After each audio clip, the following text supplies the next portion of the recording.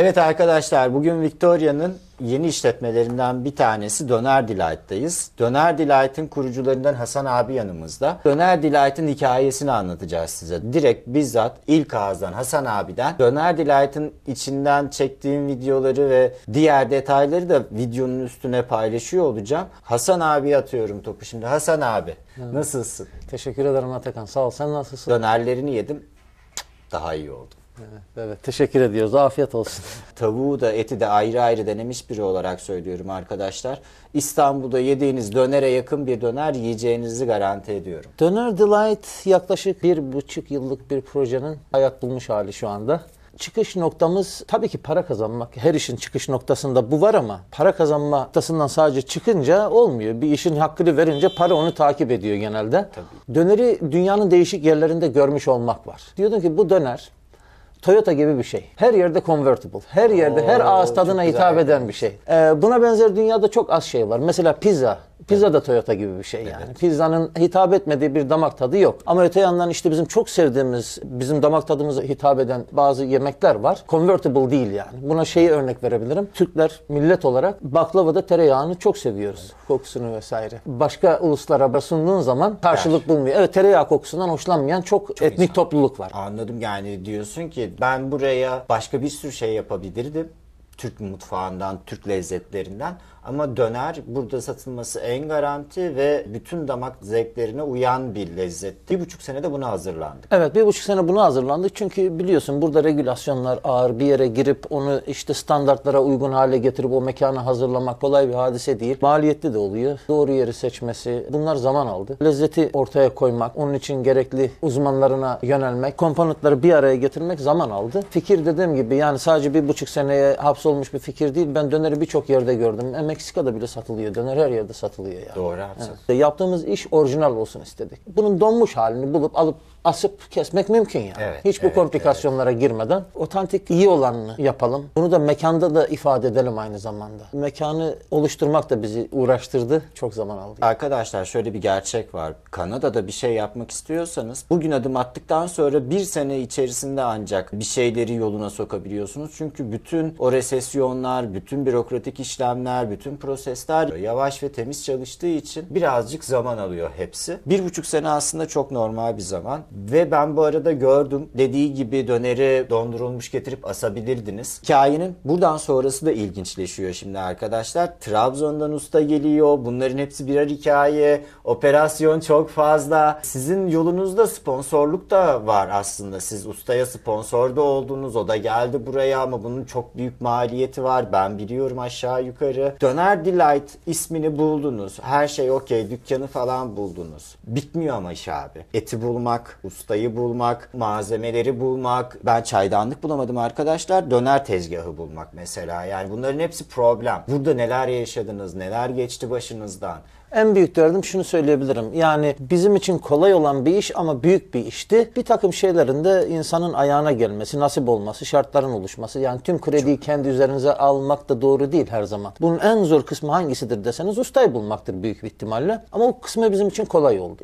Göçmenlik danışmanlığı sertifikasına sahibim. Bu prosedürleri biraz biliyordum. Dolayısıyla orayı dışarıya havale etmedik. Yani fiziki mekanı kiralamadan bunu planlamıştık. Ustayı araştırıp onun vize işlemlerine giriştik. O da uzun sürdü. Çünkü Covid dolayısıyla dosyalar birikmişti. Oturum vizesi olmadığı için normalde bunlar çok kısa zamanda cevaplanan şeyler. Fakat bizimkisi uzun sürdü. 1 seneye yaklaştı. 1 sene sürmedi ama 1 seneye yaklaştı. Bunun yorucu olan tarafı şu. 1 sene beklemekte problem yok ama biliyorsanız bakıyorsunuz 4 ayda sonuçlanacak bir vize işlemi. Ona göre diğer işlerinizi senkronize etmeniz gerekiyor. Evet. Hepsi birleşsin diye. Evet. Şimdi siz bu 4 aya bir beklenti kuruyorsunuz. Hadi üstüne de 2 ay bir gecikme veriyorsunuz. Sözleşme imza atıyorsunuz. Kiralayacağınız yere bakıyorsunuz. Ekipman satın almaya veyahut da araştırmaya başlıyorsunuz. Sizin bu beklediğiniz 4+2, 6 ay 1 yıla dayandığı zaman stres artıyor. Vazgeçmemek dediğimiz mesele burada devreye giriyor. Çünkü şu anda vücut bulmuş bir şeyin üzerinde konuşuyoruz. Evet. Bu o kadar uzun bir süre sadece hayal ve sadece plan düzleminde yürüyor ki. Yani buna sabretmeniz, hiç inancınızı yitirmemeniz gerekiyor. Çünkü anahtarı alıp mekanı açmadan önce vazgeçmek bedava. Evet. Çok haklısın. O kadar kolay ki yani. Yani bir gün sıkıldım, bundan vazgeçiyorum diyebilirsiniz. Birinci meseleyle alakası var. Heyecan vermeyen bir şeye giriştiğinizde o çıkışı almak çok olası. Ben işin teknik kısmında hiç yoktum. 3 arkadaşız biz projede. Bir tanesi Mustafa, bir diğeri de Fatih. Mustafa ekipman ve inşaat mekanın hazırlanması kısmındaydı. Alımlarda daha çok Fatih vardı. Proje legal kısımları da genelde bendeydi. En zor görünen kısım, dönecek olursak başa, ustayı getirmekti. O bizim için çok zor olmadı. Büyük bir risk taşıyordu. Profesyonele çok bağlı olması. Biz o yönüyle de bir hayal kırıklığı yaşamadık. Ustamız çok şükür her türlü sorumluluğu alan, işi sırtlayan birisi. Bugün konuştum arkadaşlar ustayla biraz. Birazcık dertleştik. Gurbette dertleşmeden olmuyor çünkü. Ustayla biraz dertleştik dediğim gibi. Usta biraz yorulmuş, bir ay oldu çünkü. Bir aydır yoğun bir tempo. Yeni açıldığınız için bir de sürekli geleniniz, gideniniz ve dükkan da işlek bir noktada olduğu için aktif sürekli gördüğüm kadarıyla. Bir de geniş bir çalışma saatiniz var. Sabah 11'de servis başlıyor ama usta saat 7'de dükkanda oluyor ve yani ustanın yanında birkaç kişi daha oluyor. O hazırlık 3 saat sürüyor, hatta daha fazla bazen. Terbiyeleme işlemi vesairesi her şey ustanın elinden çıkıyor. Tabii ki. Onlar 2 gün önceden yapılıyor. 2 gün önceden salamuraya yatıyor et ve bekliyor. Sabah dizilmesi var döner şişine. Hem etin hem tavuğun. Sabah dizip hemen asıyoruz. Sadece döner de değil tabii ki. 2 çeşit kebap var. Şiş kebap var. Akçaabat köfte var. Şiş kebabı bugün hazırlanırken çektim. Baklavalar var. Hazırlıklar zaman alıyor. Dolayısıyla sabahleyin biraz daha erken başlıyor. 11 gibi gözüküyor ama ben de öyle düşünürdüm. Bu restorançılar sabah erken işe gitmiyor vesaire. Evet abi. Öyle bir dünya yok. Restorançılık bu arada Kanada'da yapılabilecek keyifli, zevkli, kazançlı işlerden bir tanesi ama çok zor arkadaşlar. Evet. Restoranlarda çalışacak işçiyi bulmak zor. Yani o işi bilen usta ya da eleman bulmak çok zor. Evet. O yüzden anlayabiliyorum abi. Orası birazcık böyle ince nokta yani. İnce çizgi orası. En kritik. Etlerinizi yerel bir kasaptan alıyormuşsunuz. O kasabı nasıl buldunuz? Bizim damak zevkimize göre et bulmak biraz zor. Bilinen çok net genel bir durum var. En büyük sorun burada koyunlarda kuyruk yağının olmayışı. Kuyruk yağı ana girdilerden bir tanesi dönerde. Yağlı bir et değil bu. İneğin kalçasından alınan bir et. Ben bunu usta hazırlamadan önce böyle bütün halinde sürekli görüyorum. Kıpkırmızı kupkuru bir et. Türkiye'de kuyruk yağıyla hallediyorlar. Burada hayvanlarda kuyruk yok. Dolayısıyla iç yağ kullanılıyor. Bulduk iç yağını. Biz dükkanı açmadan önce bazı testler yaptık. Döneri test ettik. Döneri test Evet, ettiniz. aynen öyle. Usta Müşteriye ne kadar sunmadan önce geldi bu işler usta için? 7-8 ay önceden buradaydı. Belli potansiyel tedarikçilerden eti alıp yavaş yavaş hem lezzet hem de fizibilite lojistiği var. Gelişi gidişi var. Hiç gecikmemesi, günlük gelmesi vesaire gerekiyor. Tek tedarikçiyle olmuyor. En uygun fiyat burada. En uygun mal burada. Bütün yumurtaları tek sepete koymuş oluyorsunuz o durumda. Evet. Acil bir ihtiyaç. O gün yoğun bir talep geldiğinde sizin bir lokal kasabınızın da olması gerekiyor. Bütün bunları birleştirdik ve o sorunu çözdük. Dediğim gibi İstanbul'da yediğim dönere yakın bir döner yedim burada. Ellerinize sağlık. Gösterdiğiniz bütün emeğin karşılığını şu an tezgahta alabilirsiniz. Ben onu aldım çünkü. Dedim ya, döner her yerde, her damak tadına hitap eden bir şey.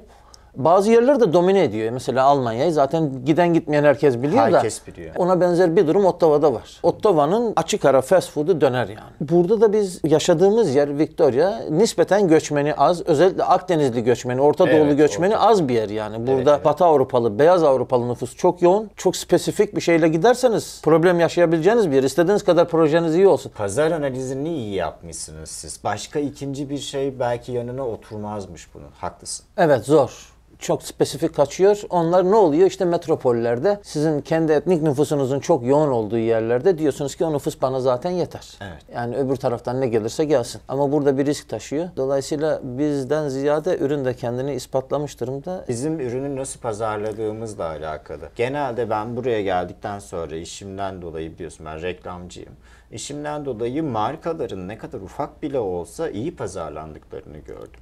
Yani bu pazarlama sadece iç piyasada değil, dış piyasaya da iyi pazarlıyor. Ve böylelikle hacimlerini 4'e 5'e katlıyorlar. Franchisingler, ıvırlar zıvırlar. Subway'in yüz binlerce franchisingi var mesela. Niye bir Türk markası Subway gibi olmasın? Simit Sarayı bunu denedi. Evet, New York'ta vesaire varmış, duydum. Var görmedim. ama bir yerde tıkandı. İşte biraz fazla spesifik Türk lezzeti. Montreal'de bu bizim simite benzer bagel denilen bir ürün. Onun ana yurdu Montreal denilebilir Kanada için. Amerika'yı bilmiyorum. Belki Amerika'da bile Montreal kadar bagel'ı meşhur bir yer yok. Cheesecake New York ürünüdür yani. Evet. Ondan sonra gidip Chicago'da daha iyisini bulabilirsiniz ama New York etiketli bir ürün. Şimdi bagel da Montreal etiketli bir ürün. İçi çok hamurlu. Oralarda Türk pastaneleri vesaire de var. Tam ikamesi simit. Bagel bizde karşılık bulmuyor, simit onlarda karşılık. Biz simiti kahvaltıda çok kullanıyoruz. Kahvaltıda buranın insanlarına çok anormal gelen şeyler. Peynir, zeytin çok anormal geliyor yani. Benim gözlemim şu, damak tatları farklı. Şundan dolayı sabah güne tatlıyla başlayıp enerjilerini yükseltip bütün günü öyle geçiriyorlar. Ama biz sabah güne tatlıyla başladığımızda kan şekerimiz yükseliyor, uyuyoruz. Çünkü günlük beslenme dengelerimiz farklı. İşte biz karbonhidrat ve tuzlu ağırlıklı besleniyoruz. Onunla ayakta kalıyoruz. Bunlar tatlıyla besleniyorlar. O yüzden orada bir kahvaltı değil de böyle biz simiti ancak 5 çayı gibi bir dünyaya adapte edebiliriz burada. Olabilir işte. Peki Hasan abi, şimdi dükkanı ben gezdim. Buradan da gördüğüm kadarıyla oraya bir şeyler aktarmışsın. Bu dükkan da sizin. Burada da işte Anadolu'dan gelen, Türkiye'den, İç Anadolu'dan elle üretilmiş seramikler, lambalar, ondan sonra halılar falan var. Buradan o tarafa daha da takviye yapacağını biliyorum. Peki o dükkanın konsepti belirleme aşamasında sizi ne motive etti? Bu tarz böyle bir dükkan oluşturmak, Victoria'ya böyle bir dükkan sunmak için nerelerden geçtiniz? Evet, bu çok subjektif bir mesele. Değişik sebeplerle, bunların hepsi de rasyonel değil, kimisi duygusal sebeplerle Endülüs medeniyetine özel ilgisi olan birisiyim. Evet, yani bir hayranlık duyan birisiyim Endülüs'e. Şimdi dükkanda bir büyük tablo var. Gördüm. Orası Elhamra Sarayı. Mesela o bir parçası. Marrakeş'e yeni bir havalanı yap. Kuzey Afrika motiflerini oraya böyle tamamen giydirdiler. Havalanının dizaynını geleneksel Kuzey Afrika estetik anlayışı nedir? Onu yansıtır şekilde yaptılar. Süper. Evet, bu benim de estetik anlayışıma hitap eden bir şeydi. Anadolu'nun kimliği domine etmesinden ziyade yani o ikisini birlikte yapma çabasına giriştim. Çünkü bana ilham veren, beni etkileyen kültürler içerisinde Kuzey Afrika da çok önemli bir parça. Onu da entegre etmek istedim. Bunları böyle gözü tırmalamayacak şekilde birlikte sunarsam daha güzel olur dedim. Yerdeki seramikleri ahşap dizaynı olan bir seramik seçtik. Yerdeki malzeme seramik ama görüntüsü ahşap. Bu bir sıcaklık katıyor. Evet. Taşın soğukluğunu alıyor yani. Evet, evet. Ondan sonra lambalar. Müzikte de dikkat ediyorum aynı şeye. Türkçe olduğu kadar güzel, nezih, ferah bir mekan çıktı. Henüz tam bitmiş de değil. Birkaç ekleme yapmayı da düşünüyorum. Arkadaşlar, bu arada bu dükkanı kullanmamızın sebebi de dükkanda hem şu an bir faaliyet var, sirkülasyon çok fazla, hem de eko var. Büyük bir dükkan yaptıkları için. Allah bereketini versin. Gerçekten Allah büyük razı olsun. dükkan Teşekkür olmuş. ederiz. Victoria için büyük bir dönerci olmuş.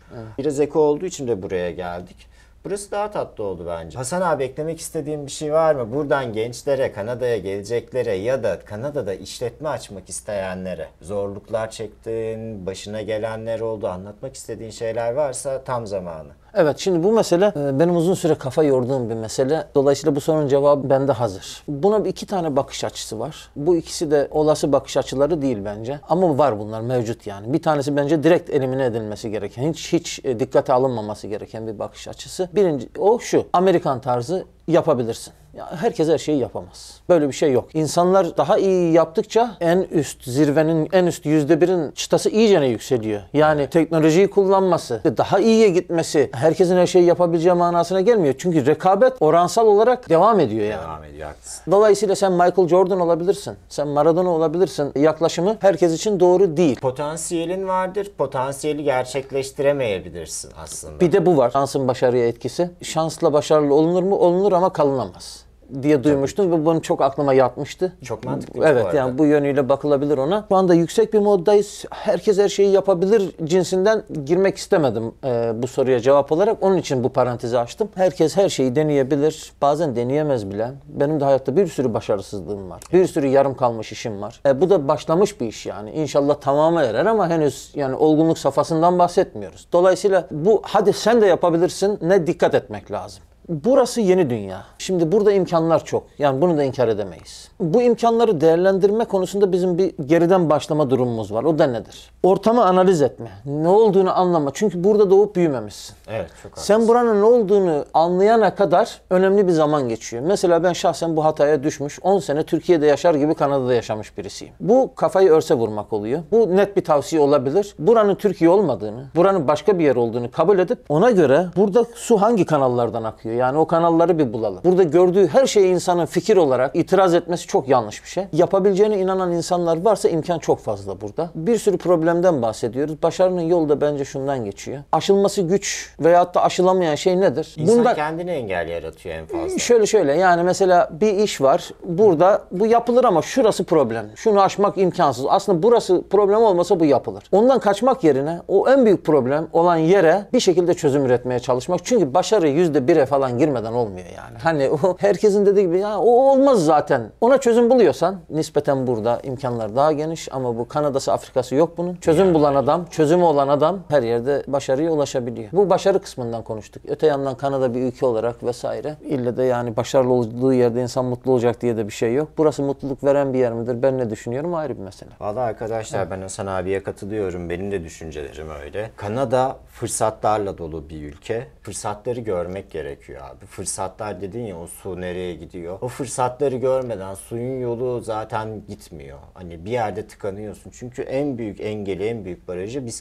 kendimize koyuyoruz ve etrafımızdaki o sesler söylüyor. Ya onu yapamazsın, ben denedim, şunu yaptım, bunu yaptım. Onlar denediler ama ben denedim. Haksız mıyım? Yani evet aynen. Başkası denedi. Aynen. Senin yaptığın işi denedi, belki yapamadı. En iyi döner şu an Kanada içinde. Böylesini görmedim. Ama sen denedin, başardın. Önemli olan tarafı bu. Yani orada problemleri konuşuyoruz ama insanlar sadece fikirleri olsun diye konuşuyorum. Burada problemler aslında yok arkadaşlar. Zaten hiç denenmemiş bir şeyden bahsediyorsak biz başarıyı konuşmuyoruz. Biz o zaman dehayı konuşuyoruz. O başka bir kategori yani. O zaman yaratıcılığı konuşuyoruz. Aynen öyle. Yani şimdi biz burada masaya yatırdığımız şey ikinci Apple nasıl olabilirsin, ikinci Amazon nasıl olabilirsin meselesi değil. Yani onunla alakalı Victoria'ya en iyi döneri nasıl getiririz? Kanada'da bunu nasıl franchise veririz? Evet. Yani. Ondayız şu anda. Şu anda oradayız. Evet. Allah abi Döner Delight hayırlı uğurlu olsun. Umarım Kanada'nın ve Kanada'da yaşayan Türklerin damak lezzetlerine ilelebet hizmet etmeye devam eder Döner Delight. İnşallah. Bu kadar girişiminiz, bu kadar emeğiniz ve bu kadar uğraşınız sonucunda alın terinizin hakkını alın isterim.